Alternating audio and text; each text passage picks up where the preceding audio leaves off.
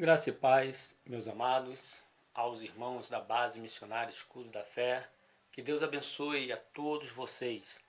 Quero compartilhar uma palavra nesta hora que se encontra em Lucas capítulo 9, no seu versículo 18 ao 20. Diz assim a palavra do nosso Senhor. Certa ocasião, estava Jesus orando em particular, e com ele estavam seus discípulos. Então lhes indagou: quem as multidões afirmam que sou eu? Ao que eles replicaram: alguns comentam que é João Batista, outros Elias, e ainda outros afirmam que és um dos profetas do passado que ressuscitou. Mas vós, inquiriu Jesus, quem dizeis que eu sou?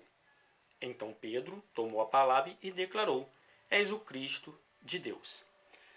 Amados, estamos passando por momentos difíceis. E é uma questão crucial para nós, principalmente servos de Deus, termos em mente e termos também a convicção de quem é Jesus na nossa vida, quem é Jesus para nós. Aqui Jesus estava com os seus discípulos e ele fez a seguinte pergunta, como nós lemos: o que as multidões estão falando a meu respeito? Quem elas pensam que eu sou? E eles responderam: olha, uns dizem que tu és João Batista, outros dizem que tu és Elias, e ainda outros dizem que tu és um dos profetas que ressuscitou. E Jesus então volta a pergunta agora para os discípulos: e vocês? O que vocês dizem a meu respeito? Quem eu sou para vocês? E é de suma importância, amados, nós termos essa convicção, como eu falei, de quem é Jesus na nossa vida.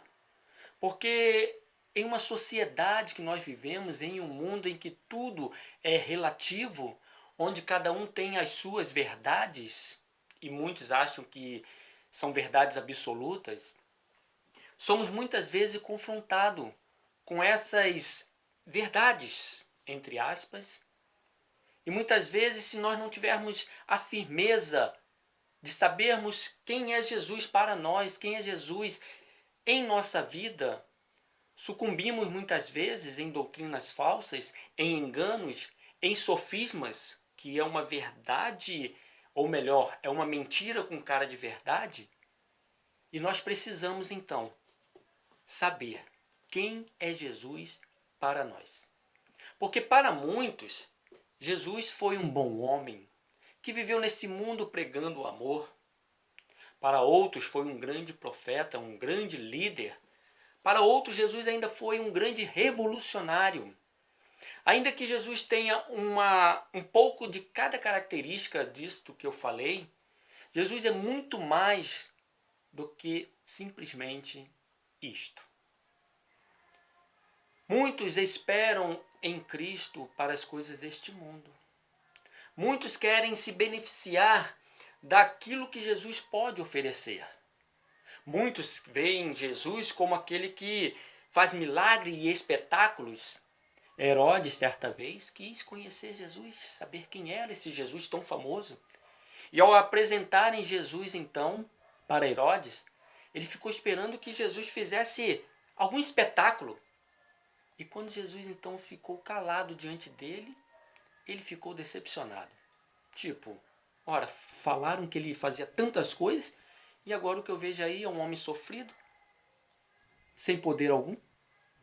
Porque muitos querem ter Jesus como aquele que beneficia em alguma situação em que nós estamos vivendo. Costumo muitas vezes pregar sobre um Jesus paliativo. Sim, porque alguns recebem Jesus quando estão passando por algum tipo de dificuldade. E aí você ou alguém vai em determinado lugar que ouve dizer: olha, Jesus, ele é aquele que pode consertar sua família. E aquela pessoa naquele momento está passando por uma dificuldade familiar, por um desentendimento em sua família, então ele aceita esse Jesus que conserta a família.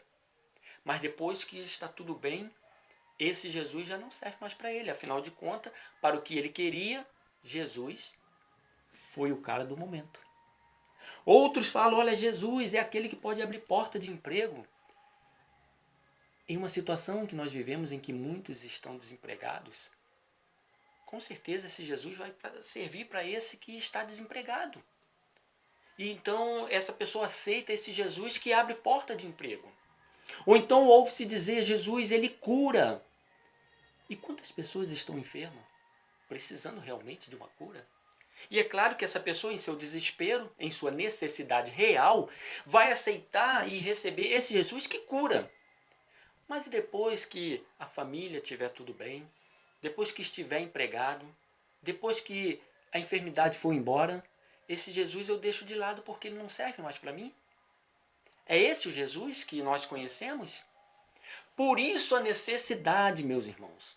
E Jesus conhece muito bem aqueles que o cercam. Ele confrontou naquela hora os discípulos perguntando, e vocês, quem pensam que eu sou? Porque quem não vive em comunhão com Cristo, quem está distante de uma intimidade com Ele, pode pensar o que quiser dele. É como os discípulos responderam quando ele fez a pergunta, o que a multidão pensa que eu sou? Ah, Elias, João Batista ou um dos profetas? Mas Jesus então nos confronta e vira para os discípulos e pergunta, e vocês, quem pensam que eu sou? E essa é a pergunta que também cabe ser feita para nós como servo do Senhor nos dias de hoje. Como eu falei, em meio a tantas verdades, tantas ideias erradas de quem é Jesus, nós precisamos ter essa convicção de quem é Jesus para nós. Porque, como eu falei, muitos esperam em Cristo para as coisas desse mundo, para suprir necessidades momentâneas. Mas tudo isso aqui vai passar, nada vai ficar. E a Bíblia diz de que adianta o homem ganhar o mundo inteiro se perder ou prejudicar a sua alma. Então não adianta eu ser abençoado por Cristo apenas para as coisas deste mundo, para um emprego, para um bom casamento, para a saúde, se eu não tiver um encontro real com Ele. A Bíblia diz que eu sou o mais miserável se eu esperar em Cristo somente para as coisas deste mundo. Está lá registrado em 1 Coríntios, capítulo 15, no versículo 19, diz assim, ora, se a nossa esperança em Cristo se restringe apenas a esta vida, somos os mais miseráveis de todos os seres humanos. Os mais miseráveis. Porque pensamos só no aqui e agora. Mas e quando partirmos deste mundo? Tudo vai ficar e eu com Cristo, como estou? Então Jesus é muito mais do que as pessoas pensam a respeito dele. E como servo do Senhor, no século 21, nesse ano de 2020, a pergunta de Jesus para os discípulos ecoa em todo esse tempo, chegando até nós, e vós, quem dizeis que eu sou? Lá em João, no Evangelho de João, no capítulo 1, no versículo 1 e no versículo 14, tem algo tremendo a respeito de Jesus. Jesus foi um homem que andou aqui na terra pregando amor? Sim, foi. Jesus foi um grande profeta? Sim, foi. Jesus, de uma certa forma, foi um revolucionário? Sim, porque ele mudou toda a questão religiosa da época, quando muitos estavam acostumados com doutrinas, com liturgias frias e sem vida, e Jesus então traz o amor. O Jesus traz uma verdadeira forma de se relacionar com Deus. Então ele foi um revolucionário, sim. Mas aqui em João, como eu falei, algo extraordinário é revelado desse Jesus, que é muito mais do que um homem, é muito mais do que um profeta, é muito mais do que um revolucionário. Diz assim, João, capítulo 1, versículo 1 e versículo 14. No princípio era o Verbo, e o Verbo estava com Deus, e o Verbo era Deus. E o Verbo se fez carne e habitou entre nós. Vimos a sua glória, glória como a do unigênito do Pai, cheio de graça e de verdade. Jesus é o próprio Deus. No princípio era a palavra ou era o verbo. E o verbo estava com Deus e o verbo era Deus. E o verbo se fez carne e habitou entre nós. O próprio Deus desceu da sua glória, se fez ser humano como nós, em forma de pecador, mas sem pecar, e habitou entre nós, pecadores, com o propósito de morrer pelos nossos pecados, de vencer a morte lá na cruz do Calvário, porque Jesus não somente morreu por nós, mas ao terceiro dia ele ressuscitou, trazendo para nós essa grande bênção de um dia também ressuscitarmos para vivermos eternamente com ele. Então Jesus, ele é o Deus Todo-Poderoso, o Criador do céu, da terra e de todas as coisas existentes. Jesus é este poderoso. Não é simplesmente um homem, como eu falei. É o próprio Deus que veio a este mundo para salvar pecadores. E eu quero fazer ainda uma outra pergunta. Se ele foi capaz, Deus, de deixar a sua glória, descer a este mundo e morrer por nós, pecadores, muito mais ele pode fazer agora, quando nós nos tornamos filhos dele.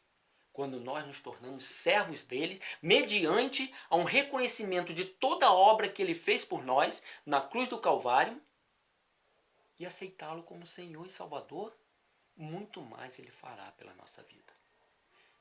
Sim, ele pode nos beneficiar com bênçãos tremendas enquanto nós estamos aqui.